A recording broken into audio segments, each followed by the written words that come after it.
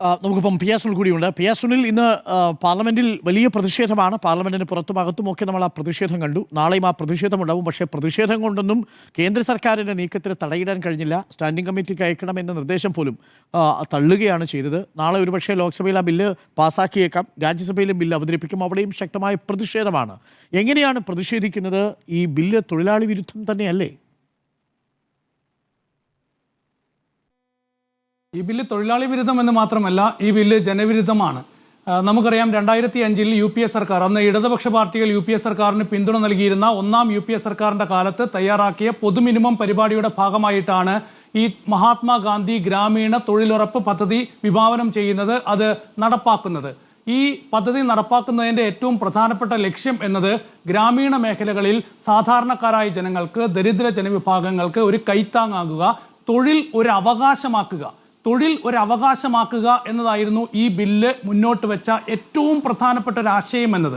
ഇപ്പോൾ കേന്ദ്ര സർക്കാർ അവതരിപ്പിച്ചിരിക്കുന്ന ഈ തൊഴിലുറപ്പ് പദ്ധതി റദ്ദാക്കിക്കൊണ്ട് പുതുതായി വരുന്ന Viksit Bharat guarantee for Rozgar Jeevika mission Gramin എന്ന് പറയുന്ന ഈ VBG റാംജി എന്ന ബില്ലിന്റെ മൂന്നാമത്തെ ക്ലോസിൽ തന്നെ പറയുന്നത് ഇതൊരു കേന്ദ്രാവിഷ്കൃത പദ്ധതിയാണ് എന്നതാണ്. അതായത് കേന്ദ്രാവിഷ്കൃത പദ്ധതി പ്രകാരം തൊഴിൽ നൽകാം എന്നതാണ്. അപ്പോൾ തൊഴിൽ അവകാശമാണ് എന്നത് ഇതോടെ റദ്ദാവുകയാണ്. അപ്പോൾ ഇനി രാജ്യത്ത് തൊഴിൽ അവകാശമല്ല. നമുക്കറിയാം, UPA സർക്കാരിന്റെ കാലത്ത് ഇതുപോലെ മറ്റ് ചില നിയമങ്ങൾ കൂടി കൊണ്ടുവന്നിരുന്നു. വിദ്യാഭ്യാസ അവകാശ നിയമം, ആ നിയമം ഇവിടെ. അതുപോലെ ഭക്ഷ്യ സുരക്ഷാ നിയമം, അത് പ്രധാനമന്ത്രി ഗരീബ് കല്യാൺ യോജനയായി മാറി. അപ്പോൾ ഈ പദ്ധതികളെല്ലാം കേന്ദ്രാവിഷ്കൃത പദ്ധതികളാക്കി മാറ്റുകയാണ്. അപ്പോൾ ഈ പദ്ധതികൾക്കൊക്കെ തന്നെ ഇതുവരെ കൊടുത്തുകൊണ്ടിരുന്ന തുക എന്നത് ഒരു വലിയ ബാധ്യതയായിട്ടാണ് സർക്കാർ കാണുന്നത്. അപ്പോൾ ആ ബാധ്യത ഒഴിവാക്കുന്നതിന്റെ ഭാഗമായി ഇതിന്റെ സാമ്പത്തിക ഭാരം സംസ്ഥാനങ്ങൾക്ക് മേൽ കൂടി കെട്ടിവെക്കുക. സ്വാഭാവികമായും ഇത് ക്രമേണ ഇതിന്റെ ശ്വാസം നിലച്ച് ഇത് ഇല്ലാതാകുന്ന ഒരു സാഹചര്യത്തിലേക്ക് വരും. നമുക്ക് ഈ പദ്ധതിയുടെ ഭാഗമായിട്ട് 60-40% സാമ്പത്തിക ഷെയറാണല്ലോ ഈ പദ്ധതി പ്രധാനമായും പറയുന്നത്. 40% തുക ഇനി സംസ്ഥാന സർക്കാർ നൽകിയാലേ തൊഴിലുറപ്പ് പദ്ധതിയുടെ ഭാഗമായി ഇനി കൂലി നൽകാൻ പറ്റുകയുള്ളൂ. നിലവിൽ 90%, ഏതാണ്ട് 100% കൂലിയും പിന്നെ മെറ്റീരിയൽ കോസ്റ്റ് ഇനത്തിൽ 75% കിട്ടും. ഏതാണ്ട് ഒരു 100% വരെ കേന്ദ്ര സർക്കാരിന്റെ ഒരു സാമ്പത്തിക സഹായത്തിലാണ് തൊഴിലുറപ്പ് പദ്ധതിക്ക് ഇപ്പോൾ കൂലി നൽകുന്നത്. ഇനി 40% കൂലി നൽകണം എന്ന് വരുമ്പോൾ ഏത് സംസ്ഥാന സർക്കാർ ഇനി തൊഴിലാളികൾക്ക് കൂലി നൽകാൻ, ഈ ഒരു പണി നൽകാൻ തയ്യാറാകും? ഇതിൽ നിന്ന് പരമാവധി വിട്ടുനിൽക്കാനല്ലേ സംസ്ഥാന സർക്കാരുകൾ ശ്രമിക്കുക. കാരണം ഇപ്പോൾ കേരളത്തിന് 5000 കോടി രൂപയാണ് ഒരു മാസം ഈ തൊഴിലുറപ്പ് പദ്ധതി നടപ്പാക്കാനായി ആകെ ചെലവാകുന്നതെങ്കിൽ, ആ തുകയാണ് കേന്ദ്ര സർക്കാരിൽ നിന്ന് ലഭിച്ചുകൊണ്ടിരുന്നത് എങ്കിൽ ഇനി 2000 കോടി രൂപ സംസ്ഥാന സർക്കാർ കണ്ടെത്തണം. അപ്പോൾ 2000 കോടി രൂപ എന്നത് സംസ്ഥാന സർക്കാരിന്റെ അധിക ബാധ്യതയായി മാറുകയാണ്.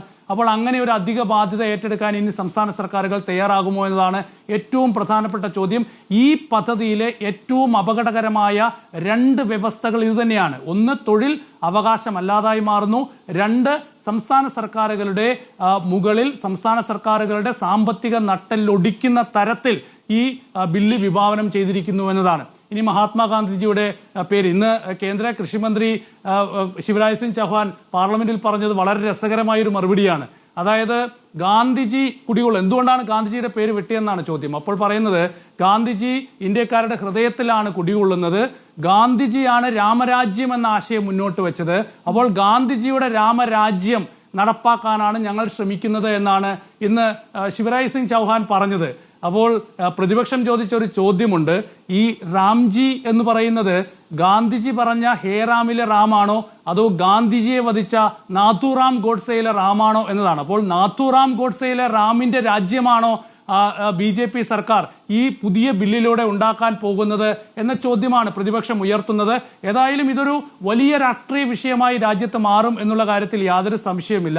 നമുക്കറിയാം, ഈ സർക്കാർ അധികാരത്തിൽ വന്ന ശേഷം UPA സർക്കാരിന്റെ സിഗ്നേച്ചറുള്ള എല്ലാ പദ്ധതിയും ഈ രീതിയിൽ മാറ്റിയിട്ടുണ്ട്. അതെല്ലാം സംസ്ഥാന സർക്കാരുകൾക്ക് വലിയ ബാധ്യതയായി മാറിയിട്ടുമുണ്ട്. ആ പദ്ധതികൾ ക്രമേണ ഇല്ലാതായി മാറിയിട്ടുമുണ്ട്. ഇവിടെ പെട്രോളിന്റെ കാര്യം ജിമ്മി ചൂണ്ടിക്കാണിച്ചു. പാചകവാതകത്തിന്റെ കാര്യമോ? കോവിഡ് കാലത്തിന് മുൻപ് പാചകവാതകത്തിന് സബ്സിഡി ഉണ്ടായിരുന്നു. ഇപ്പോൾ ആ സബ്സിഡി ഉണ്ടോ?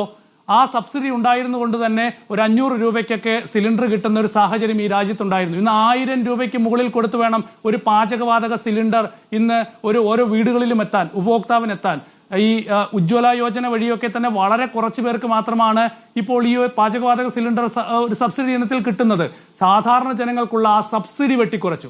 ഇനി രാസവള സബ്സിഡിയുടെ കാര്യം എടുക്കാം. രാസവള സബ്സിഡി എന്നത് ഓരോ ബഡ്ജറ്റിലും ഘട്ടം ഘട്ടമായി കേന്ദ്ര സർക്കാർ വെട്ടിക്കുറച്ചു.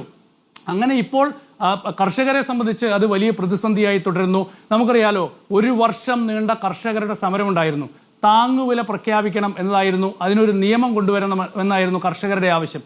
അത് കേന്ദ്ര സർക്കാർ ചെയ്തില്ല. അപ്പോൾ ഇത്തരത്തിൽ തൊഴിലാളി വിരുദ്ധമായ, കർഷക വിരുദ്ധമായ നിലപാടുകൾ ഈ മോദി സർക്കാരിന്റെ ഭാഗത്ത് നിന്ന് ആവർത്തിച്ച് ഉണ്ടാകുന്നുണ്ട്. അപ്പോഴും ഇതിനെ പ്രതിരോധിച്ചു നിൽക്കാൻ പ്രതിപക്ഷ പാർട്ടികൾക്ക് സാധിക്കാത്ത ഒരു സാഹചര്യം കൂടി ഉണ്ടെന്ന് നമ്മൾ മനസ്സിലാക്കണം. കാരണം ഇതിനെ പ്രതിരോധിച്ച് എത്രത്തോളം മുന്നോട്ട് പോകാൻ കഴിയും. അപ്പോൾ അത് പോകാൻ കഴിയാത്ത ഒരു സാഹചര്യം സർക്കാർ മുതലെടുക്കുകയും ചെയ്യുന്നു എന്ന യാഥാർത്ഥ്യം കൂടിയുണ്ട്. കാരണം ഇന്ന് നോക്കൂ, പാർലമെന്ററി കാര്യമന്ത്രി കിരൺ റിജിജു പാർലമെന്റിൽ പറയുകയാണ്, ഞങ്ങൾ ഈ ബില്ല് കൊണ്ടുവന്നത് പാസ്സാക്കാൻ വേണ്ടിയാണ്, ഞങ്ങൾ ഈ ബില്ല് പാസ്സാക്കുക തന്നെ ചെയ്യും എന്ന് വെച്ചാൽ ഈ ബില്ല് പാസ്സാക്കും. ഈ ബില്ല് പാർലമെന്റിനെ വേണമെങ്കിൽ അട്ടിമറിച്ച് പാസ്സാക്കുമെന്നുള്ള കൃത്യമായ മെസ്സേജ് പാർലമെന്ററി കാര്യമന്ത്രി തന്നെ പറയുകയാണ്. ഇതൊരു ജനാധിപത്യ സംവിധാനമല്ലേ, ഇവിടെ പ്രതിപക്ഷ പാർട്ടികളില്ലേ, ഈ ബില്ല് ചർച്ച ചെയ്യേണ്ടേ, ഈ ബില്ല് ചർച്ച ചെയ്ത് വിശദമായി വിലയിരുത്തി വേണമെങ്കിൽ സ്റ്റാൻഡിംഗ് കമ്മിറ്റിയിലേക്ക് വിട്ട് അവിടെ വിശദമായി വിലയിരുത്തിയ ശേഷം പ്രതിപക്ഷ പാർട്ടികളുടെ അഭിപ്രായം കേട്ട ശേഷം ഈ ബില്ല് പാസ്സാക്കുന്ന നീക്കത്തിലേക്ക് പോകുന്നതിന് സർക്കാർ എന്താണ് തടസ്സം? പക്ഷെ ധൃതി പിടിച്ച് ഈ ബില്ല് പാസ്സാക്കുക എന്ന നീക്കത്തിലേക്ക് തന്നെയാണ് സർക്കാർ പോകുന്നത്. ഈ പാർലമെന്റ് സമ്മേളനം അവസാനിപ്പിക്കുന്നത് ഈ ബില്ല് പാർലമെന്റിന്റെ 2 സഭകളിലും പാസാക്കി തന്നെയായിരിക്കും. വലിയ പ്രതിഷേധമൊക്കെ തന്നെ ഉണ്ടാകും. ആ പ്രതിഷേധങ്ങളൊക്കെ മറികടന്നുകൊണ്ട് ഒരുപക്ഷെ ഒരു ശബ്ദ വോട്ടോടെ ബില്ല് പാസാക്കുന്ന നീക്കത്തിലേക്ക് പോകും. അതല്ല എങ്കിൽ വോട്ടെടുപ്പിലൂടെ ഈ ബില്ല് പാസാക്കുന്ന നീക്കത്തിലേക്ക് സർക്കാർ പോകും. നോക്കൂ, നമ്മൾ ഇപ്പോൾ കാണുന്ന ഈ നീക്കങ്ങളൊക്കെ തന്നെ ഒരു ഏകപക്ഷീയമായ തീരുമാനമാണ്. CAG എന്നൊരു സംവിധാനം ഉണ്ടായിരുന്നു നമ്മുടെ നാട്ടിൽ, അല്ലെ?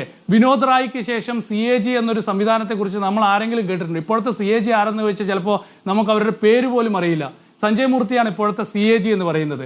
വിനോദ് റായിയുടെ റിപ്പോർട്ടുകളൊക്കെ തന്നെയാണ് പണ്ട് ഒരു സർക്കാരിനെ തന്നെ, UPA സർക്കാരിനെ തന്നെ താഴെ വീഴ്ത്തിയത് വിനോദ് റായിയുടെ CAG റിപ്പോർട്ടാണ്. 2014 ശേഷം ഈ രാജ്യത്ത് ഏതെങ്കിലും CAG റിപ്പോർട്ട് ചർച്ചയായിട്ടുണ്ടോ? സർക്കാരിന്റെ സാമ്പത്തിക വിനിയോഗത്തെ കൃത്യമായി അവലോകനം ചെയ്തുകൊണ്ട് ഏതെങ്കിലും റിപ്പോർട്ട് 2014 ശേഷം ദേശീയ തലത്തിൽ ഉണ്ടായിട്ടുണ്ടോ? ആ റിപ്പോർട്ടുകൾ ദേശീയ തലത്തിൽ വലിയ ചർച്ചയായിട്ടുണ്ടോ? ഒരു റിപ്പോർട്ട് പോലുമില്ല. കഴിഞ്ഞ ദിവസമാണ് പാർലമെന്റിൽ ഉന്നയിക്കുന്ന ഒരു സബ്മിഷൻ ഞാൻ കേട്ടത്. അത് കോഴിക്കോട് ജില്ലയിലെ ഒരു ദേശീയപാത പദ്ധതിയുമായി ബന്ധപ്പെട്ട് ഉന്നയിച്ച വിഷയമാണ്. അത് വെങ്കളം അഴിയൂർ ദേശീയപാതയാണ്. ആ ദേശീയപാത പദ്ധതിക്കായിട്ട് 1800-ലധികം കോടി രൂപയ്ക്കാണ് ആ പദ്ധതി അദാനിക്ക് ടെൻഡർ കൊടുത്തത്. 1800 കോടി രൂപയ്ക്കാണ് ആ ദേശീയപാത പദ്ധതി അദാനിക്ക് ടെൻഡർ കൊടുത്തത്. ആ പദ്ധതി 971 കോടി രൂപയ്ക്ക് അദാനി സബ് ടെൻഡർ കൊടുത്തു. അതായത് അദാനി ടെൻഡർ എടുത്ത പദ്ധതി 971 കോടി രൂപയ്ക്ക് മറ്റ് കമ്പനികൾക്ക് സബ് ടെൻഡർ കൊടുത്തു. ഒരു പണിയും ചെയ്യാതെ വെറും ഒരു പേപ്പർ വർക്ക് മാത്രം നടത്തി 1000 കോടി രൂപയാണ് അദാനിയുടെ കൈകളിലേക്ക് എത്തിയത്. ആരാണ് ഇവിടെ ചോദിക്കാൻ? ഇതാണ് ഇവിടുത്തെ സാഹചര്യം. അപ്പോൾ ഈ രീതിയിൽ ഉള്ള കാര്യങ്ങളാണ് മുന്നോട്ട് പോകുന്നത്. അപ്പോൾ ഈ സംസ്ഥാനങ്ങളുടെ കാര്യം എടുത്താൽ സംസ്ഥാനങ്ങൾക്ക് മേൽ ഇത്തരം പദ്ധതികൾ അടിച്ചേൽപ്പിക്കുന്ന തീരുമാനത്തിലേക്ക് കേന്ദ്ര സർക്കാർ പോകുന്നു. അപ്പോൾ അതിനെതിരെയുള്ള പ്രതിരോധങ്ങൾ ഉണ്ടാകും. പക്ഷേ ആ പ്രതിരോധങ്ങൾക്ക് കരുത്തില്ലാതെ പോകുന്നു എന്നുള്ള കാര്യവും വളരെ പ്രധാനപ്പെട്ടതാണ്. ഏതായാലും ഇപ്പോൾ കോൺഗ്രസ് ഒക്കെ തന്നെ ദേശീയ പ്രക്ഷോഭം പ്രഖ്യാപിച്ചിട്ടുണ്ട്. എല്ലാ പാർട്ടികളും യോജിച്ചൊക്കെ തന്നെ വലിയ ദേശീയ പ്രക്ഷോഭത്തിലേക്ക് നീങ്ങും എന്ന് പറയുന്നുണ്ട്. ഏതായാലും തീക്കൊള്ളി കൊണ്ടാണ് കേന്ദ്ര സർക്കാർ കളിക്കുന്നത് എന്ന കാര്യത്തിൽ യാതൊരു സംശയം വേണ്ട. അതുകൊണ്ട് ഇപ്പോഴത്തെ ഈ നീക്കം തൊഴിലാളി വിരുദ്ധമാണ്, ജനവിരുദ്ധമാണ്. Thank U.